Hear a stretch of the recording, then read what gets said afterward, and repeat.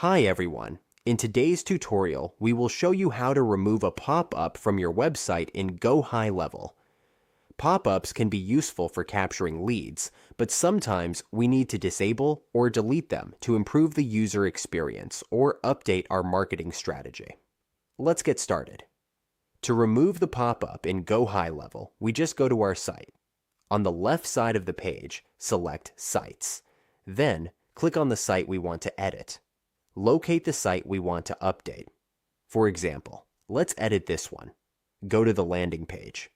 Edit the landing page. Once we're on the website and see a pop-up window or screen, we just go to the pop-up settings. In the upper left corner of the page, click this option. If there is a pop-up, click on it and delete it.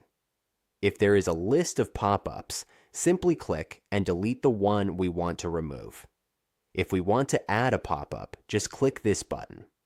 A pop-up window will appear, and we can set it up as we like. To delete it, press the X and the pop-up will be removed. It's simple and easy to delete pop-ups based on our needs.